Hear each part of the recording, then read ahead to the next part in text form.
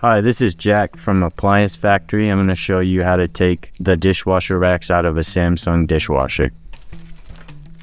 This one just kind of rolls out. It's pretty easy.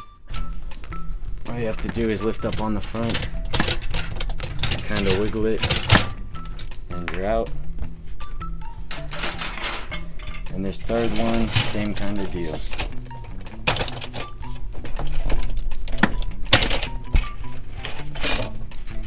To put them back in, make sure the wheels line up with the rack.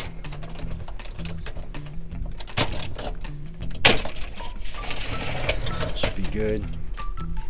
Same thing with the second one.